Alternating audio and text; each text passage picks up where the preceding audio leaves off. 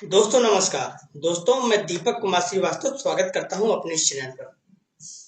माथे का पसीना अपने दुपट्टे से पोंछती हुई नियति किचन से निकल कर आई और लिविंग रूम में रखे सोफे पर धम से बैठ गई।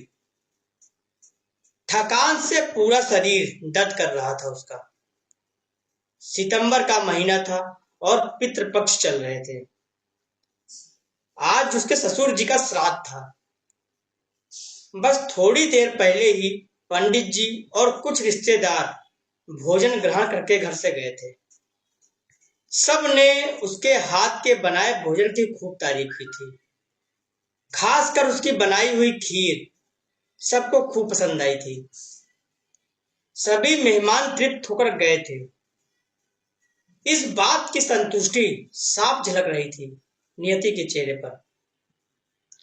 कहते हैं यदि पितृ श्राद्ध में भोजन करने वाले लोग तृप्त होकर जाए तो समझ लीजिए आपके पितृ भी धन तृप्त हो गए।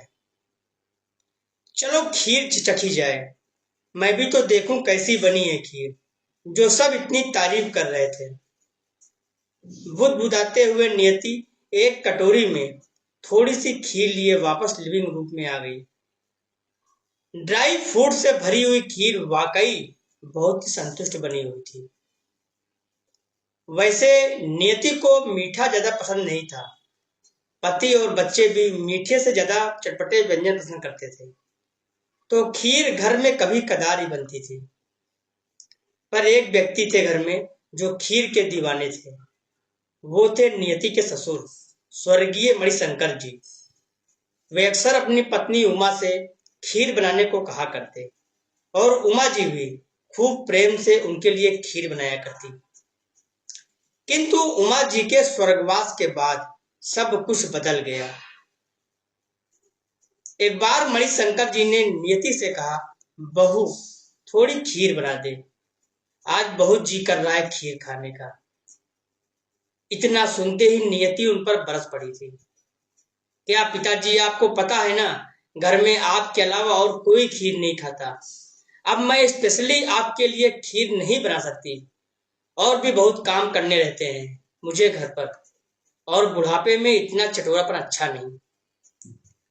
बहू से इस तरह के व्यवहार की कल्पना भी नहीं की थी मणिशंकर जी ने। दिल को बहुत ठेस पहुंची थी उनके। उस दिन वे अपनी स्वर्गवासी पत्नी को याद कर खूब रोए। बस उस दिन से उन्होंने नियति से कुछ भी कहना बंद कर दिया। कभी कभी बहुत इच्छा होती उन्हें खीर खाने की, पर बहू के डर से उन्होंने अपनी इस इच्छा को भी दबा दिया। कुछ दिनों बाद मणिशंकर जी भी इस संसार को छोड़कर चले गए, परंतु खीर खाने की इच्छा उनके मन में ही रह गई। कहते हैं श्राद्ध में पितरों का मनपसंद भोजन यदि पंडितों को खिला दो तो वे पितृदेव प्रसन्न हो जाते हैं। इसलिए तो आज नियति ने खीर बनाई थी। चलो आज बाबूजी की आत्मा को भी तृप्ति मिल गई होगी। उनकी मनपसंद खीर जो बनाई थी आज। नियति मुस्कुराते हुए बुदबुदाई और बची हुई खीर खाने लगी। तभी उसके कानों में एक आवाज सुनाई दी, बहू थोड़ी खीर खिला दे, आज बहुत जी कर रहा है खीर खाने का। एक बार, दो बार, कई बार यह आवाज नियति के कानों में गूंजने लगी।